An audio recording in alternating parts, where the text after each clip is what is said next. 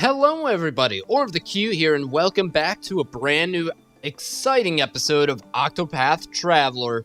And today we're starting up for Chapter 3 of Primrose's adventure. So let's get on into the thick of it, shall we? Heh, thick. The story so far. In the town of Stillsnow, Primrose got her taste of revenge. Hey wait, we were just in Snow still, just last episode. There, she struck down the left wing of the crow, driving the dagger engraved with her family's words into his breast. Faith shall be your shield. The words had served her well.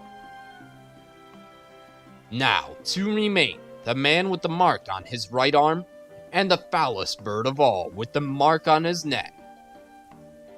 Go home to Noblecourt, she was told. There you will find the truth you seek. But will this truth bring her peace of further pain? And so, after too many years, Primrose comes home. So she is from Noblecourt. My. This is interesting. How long has it been? When I left, I thought I would never return to this place. The crow said I would find the truth here. But what truth was he speaking of? Two more men bearing the mark of that foul bird. My search continues here.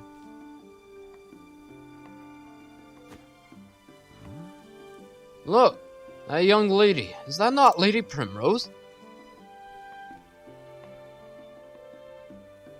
No. You're seeing things, friend. House Azelhart is nothing but a memory now. Right, of course. No need to track up old ghosts. There's plenty enough going on in the present. Just look. I'm wondering what's going on here.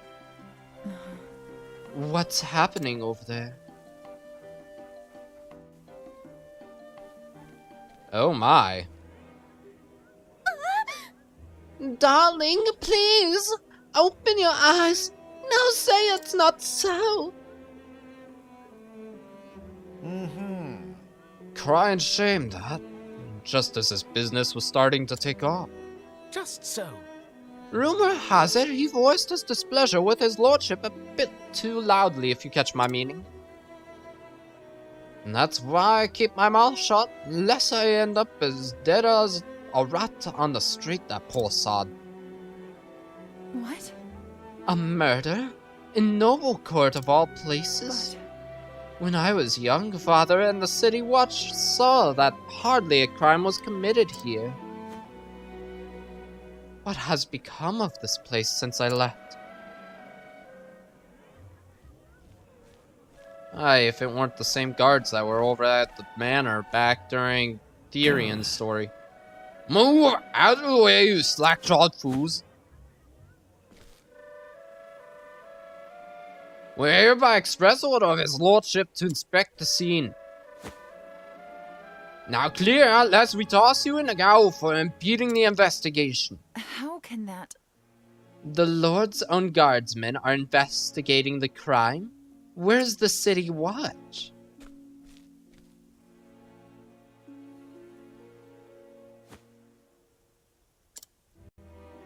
I knew that guy was important. Did not look like a normal NPC. Hey. I know that man. He was one of Father's trusted friends. Revel Forsyth, Lieutenant Commander of the City Watch. At least he used to be. So he was spared the wrath of the crows, at least.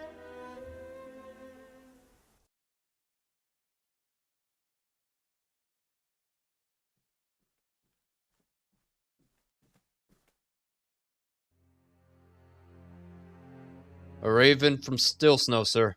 I fear the tidings are ill.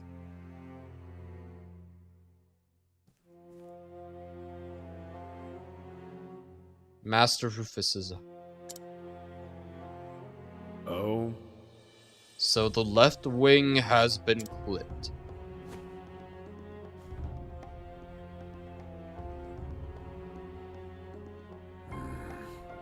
It was the Hazelheart girl that did the deed, you say? So she still lives after all. Huh. Guess we'll have to do something about that. Mark my words, the Hazelheart line ends here.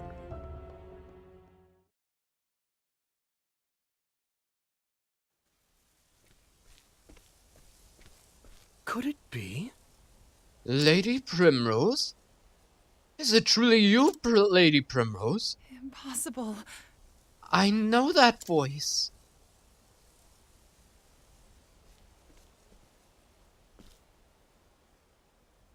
From a lifetime ago. Primrose. Do mine eyes see true? You have grown lovelier than I could have dreamed, Lady Primrose. Simeon. Where have you been all these years? Not here, that's for certain. You know, I always wanted to run as fast and as far as I could from this stuffy old town. So I set out on a journey across the realm. And yet, no matter how far I traveled, I could not escape from the pain of losing you. Of course. These days, I make a living as a playwright of the sorts. I pen dramas and tragedies for the stage. You always did have a way with words. I swore I would never return to this place. Then one day, I felt an odd yearning. And no sooner do I arrive than I am reunited with you. Fate is a mysterious thing, is it not? Primrose. But enough about me. Where have you been all these years, my love? What do I even tell him? There is not a thing I can say without sullying his memories of me forever. I'm sorry. My apologies, that was too forward of me. You needn't say a thing. Besides, I can imagine all too well without hearing a word. Life has not been kind to you, and though you have grown all the more beautiful through the hardships, you no doubt suffer.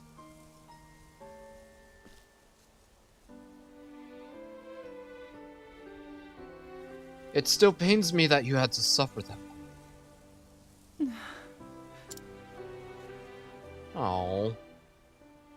Simeon's gentle words stirred something in Primrose, a feeling she had not felt in many years. For the first time in what seems like forever, she felt somewhere deep in her heart a measure of peace.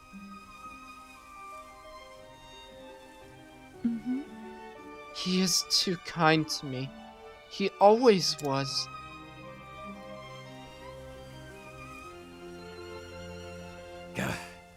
Oi! What are you two doing loitering about? Looks like a spot of trouble I had just soon to avoid. Come, my lady, let's find somewhere we can chat in private.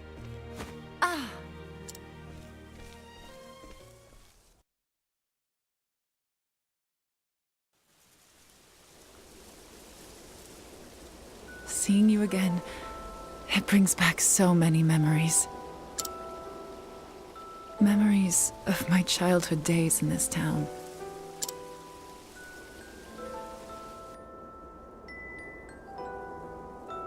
I could never understand why my father was so strict with me. I was always running off to the gardens for a good cry. And that was where I would find you. And find an excuse to shirk my duties as gardener's apprentice. I wanted nothing more than to spend time with you. To be a part of your world. Little lady, why do you cry so? What?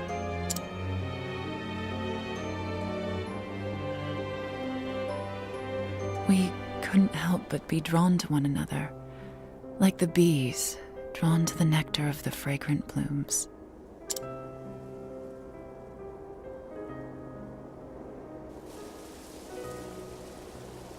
were always penning poems for me.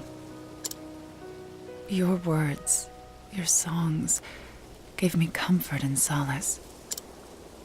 In the darkest days, after I lost Father, you would sing them for me over and over. To tell the truth, Primrose, I left this town to search for you.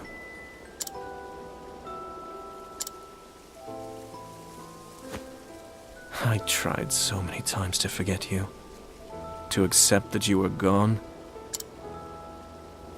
Yet time and again, I found myself reciting the poems I had written you. Can you forgive me, Primrose? There is nothing to forgive. It was all so very long ago. I, too, have moved on from those days. I have found my own reason to go on.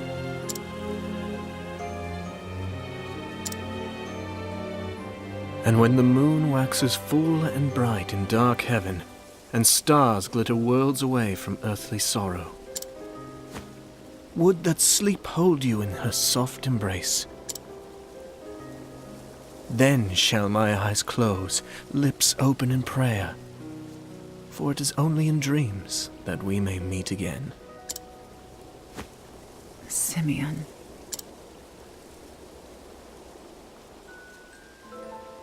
And then there was silence. In that moment, there was nothing that words could convey. Lady Primrose, I intend to remain in town for some time yet. I still have not forgiven myself, knowing that I could not do more for you.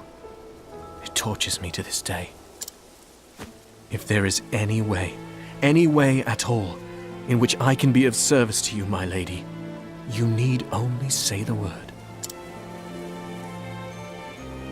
Thank you, Simeon.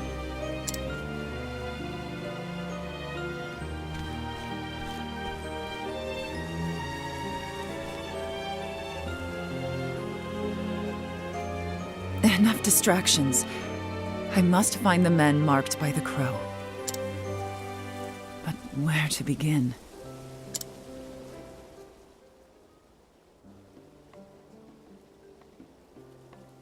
Okay, so before we even think about beginning any further, either A, he is going to die so hard, or B, he is going to betray her so hard. This does not end happily for Primrose, no matter what.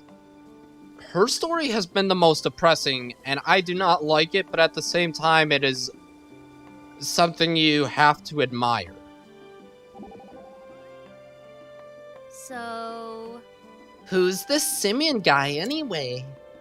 Well, was he really someone special to you? Tressa, have you ever felt a special kinship to someone?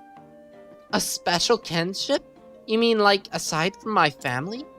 I guess I never really thought about it. Trading's been my life since before I can remember. I kinda feel a connection with my I kind of feel a connection with my customers when we make a good deal. Is that the same thing? Let me tell you something, Tressa. When something about a person resonates deep within you, it's the most wonderful feeling. Your heart is freed, your mind is open, and you realize there's more to the world than you ever knew. But I wouldn't expect you to understand. After all, you're still a little girl. Hey! Who are you calling little? Oh, goodness. Makes me wonder how short Primrose is now. More traveling banter at the same time, though. That's interesting. A moment of your time. May I be so bold as to pry? Huh? That man is very important to you, is he not? Why do you say that? 'Tis a conjecture, based on how you both look at each other. Had you not chosen to live your life the way you do, I wonder if... You can stop right there, Professor. How I live my life is my affair, not yours. Yes, quite. I do apologize. I'd best be careful around him. He's sharper than he looks. Oh, poor Cyrus. Poor Cyrus. He was trying to use Inquire and failed. Oh, goodness. Already? Oh. Farewell. Geoffrey, I will return. What? What's this? Are my eyes to be disbelieved? How could this... My lady, are you... Geoffrey's? It has been too long, Master Forsyth.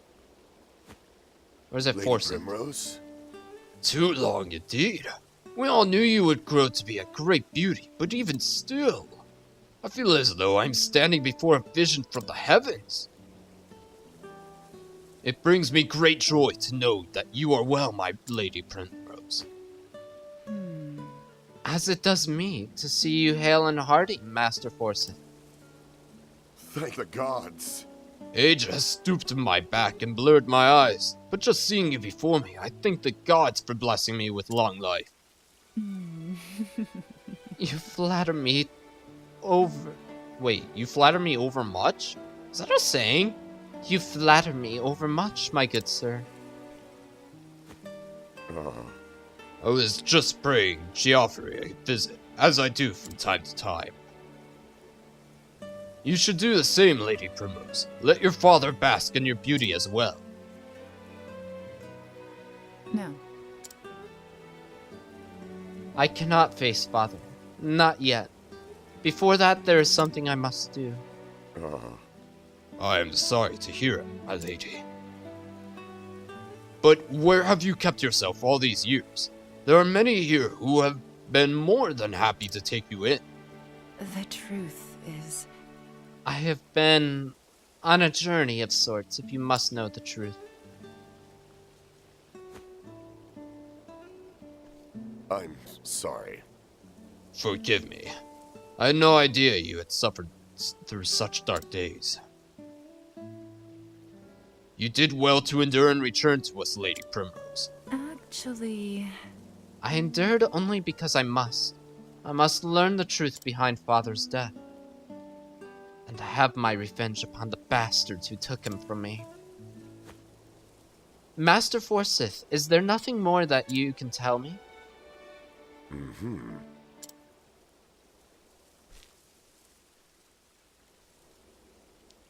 There was a time when I, too, spared no effort in trying to unravel the secrets behind Lord Geoffrey's murder.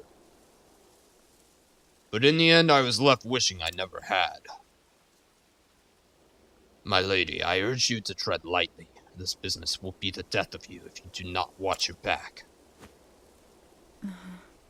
I am ready for whatever may come. I know what I must do. Very well. Come with me and I will tell you what I know.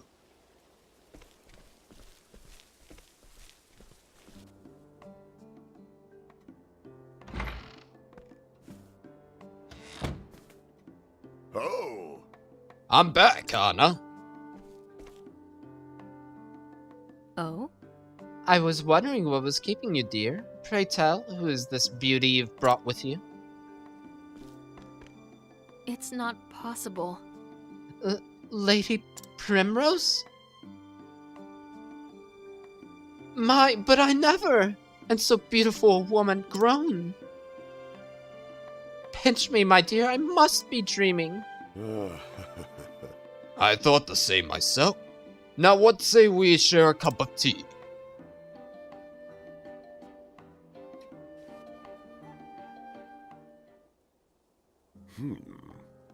And so from that dark day onward, the balance of power here in Noblecourt shifted and shifted dramatically.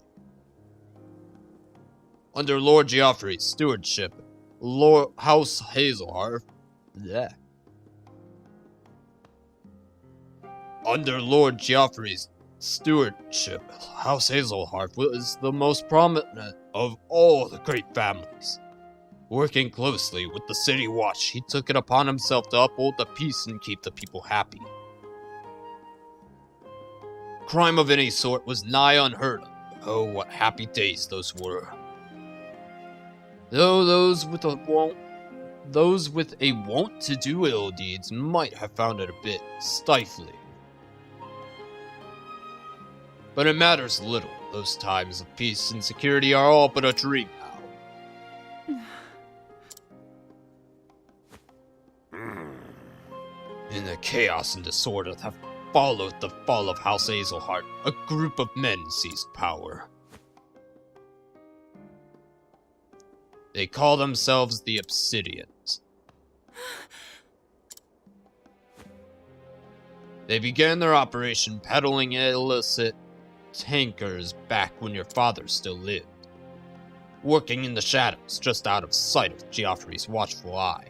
They made one shady deal after the next, filling their coffers and making powerful friends. Swayed by the influence of their coins, countless once lawful men cast their lot with these villains, and the ones that didn't. Captain Albus commanded the city watch in those days. Maybe you remember him? He was Lord Geoffrey's right hand, and most just and honorable, and I've not got any word to say there. Unfortunately, his code of honor put him at odds with the Obsidians, and so they took his action. Murdered, like my father. And then... Absent his leadership, the City Watch collapsed, and the Obsidians seized power with the greatest of ease. I spent years trying to follow the trail of corruption to find who it led to, where the blood money flowed. In the end, I found that I was up against an opponent too evil. I have faced innumerable threats to my own life. Two of my cohorts from the Watch who worked tirelessly to help me try to track down the truth were murdered in cold blood. Honor and justice are long dead here, never to return. I am an old man now, and I grow weary of this battle. I am but a minor landowner with no influence of which to speak. All I can do is bring flowers to Geoffrey's grave. Lady Primrose? There is nothing more I can do for him, or for you. And so I beg of you, Lady Primrose, leave this place. Trust me, my lady. Were your father here, he would say the same.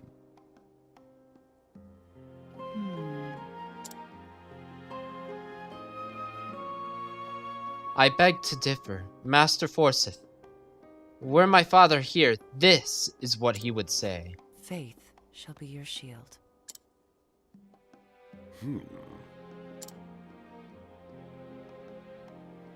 Mayhap you are right. Mayhap I have only twisted my memories of Geoffrey to ease my regret at my own cowardice. Forgive me, my lady, I do you dishonor. Now then. I know where the Obsidians make their headquarters in town. I will take you there.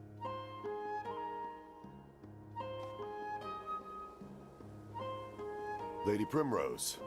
I will wait for you here, my lady. Pray tell me whenever you are ready to depart. Well, we are certainly not ready, so we're gonna have to wait until next episode. Not a single thing has happened except for 3 major things to the story itself, which took 20 some odd minutes to do, so we're gonna actually give it up for today, guys. So thank you so very much for watching. Click that like button down below, subscribe to see more, and I'll catch you guys in the next one. Until then, have fun.